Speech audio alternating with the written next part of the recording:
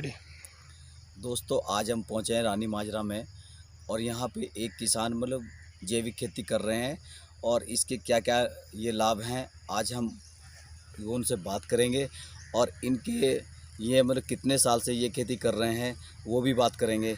आइए हमारे साथ एक मौजूद है। सर आपका नाम?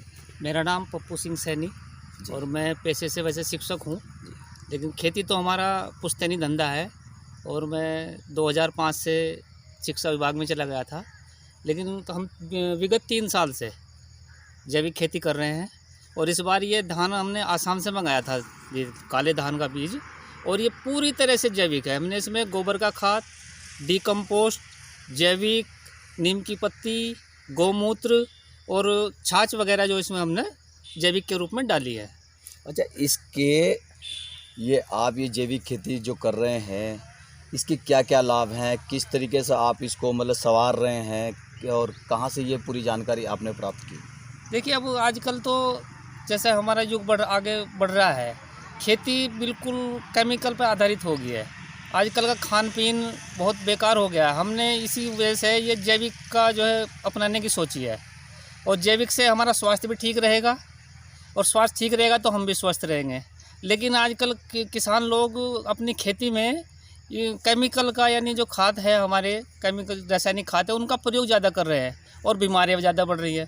उसको देखते हुए और कुछ जानकारी हमें अन्य स्रोतों से मिल रही, जैसे यूट्यूब देखते हैं, मैं पेशे से शिक्षक भी हूँ, तो इसलिए हमने जैविक का, तो हम विगत 3 साल से हम जैविक खेती कर रहे हैं और जो अपने ही यूज के लिए कर रहे हैं। लेकिन इस बार ये मैंने 4 बीघे जो है काला धान लगाया है और ये पूरी तरह से जैविक है।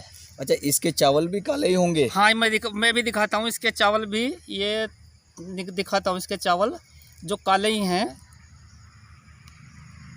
अच्छा, इसके लाभ बताइए, अगर कोई इसको खाता है इसके क्या क्या लाभ अभी तक जो इसके लाभ क्या रहे? हाँ, ये लाभ ये जो एक तो काला गेहूं भी है और काला धान भी है। जो डायबिटिक मधुमेह के रोगी हैं, ये जो है बीपी के रोगी हैं और गठिया बाई वगैरह, जो आजकल वैसे भी बीमारियां बहुत बढ़ रही हैं, तो ये ज़्यादातर डायबिटीज़, मधुमेह में और बीपी में और गठिया बाह में इसकी जो है खाना जो है ये स्वास्थ्य के लिए लाभकारक रहता है।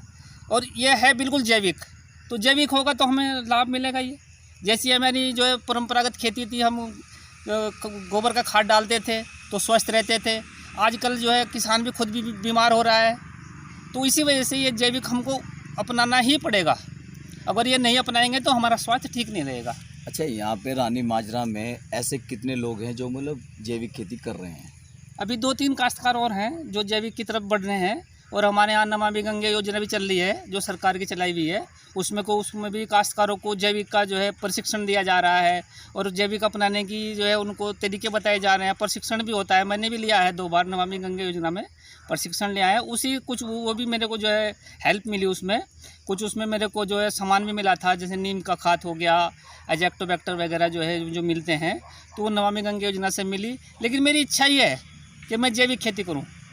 देखिए, आपने जानकारी ली, अब आपके साथ साथ 2 और किसान भी तैयार हुए और इसमें आपको सरकार से भी कुछ लाभ मिला, यंत्र का हो चाहे वैसा कोई लाभ हो, और आपको लगा कि ये खेती करनी अनिवार्य है। इससे स्वस्थ और सही शरीर वो रहता है, क्योंकि खाद जो आज के टाइम में दिया जाता है वो खाद और अपने जो पुराने टाइम के जो खाद थे, जैसे गोबर का खाद, वो सब के लिए वो फ़ायदे की चीज़ है।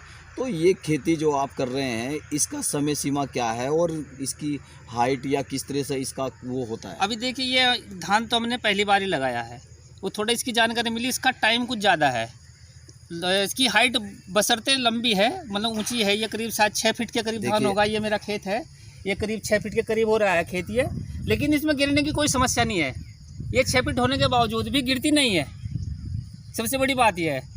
बस इसका थोड़ा टाइम ज़्यादा है, ये 150 दिन के करीब तैयार होती है, और मैंने ये 20 जून को लगा दी थी और अब ये करीब दिवाली के बाद कट जाएगी। तो इसमें कोई समस्या कोई नहीं है, लेकिन थोड़ा टाइम ज़्यादा है। जैसे हमारे पहले पुराने बासमती होती थी और हमारा गेहूँ होता था पुराना, तो उसका टाइम कुछ ज़्यादा ही था।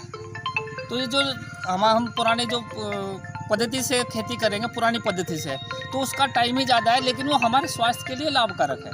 अच्छा, ये कटने के बाद कहाँ पे जाएगी, फिर कहाँ देंगे आप? कटने के बाद तो मेरे पास तो ऑफर पहले ही आ गए, इसके लोग मांग रहे हैं, इसके चावल भी मांग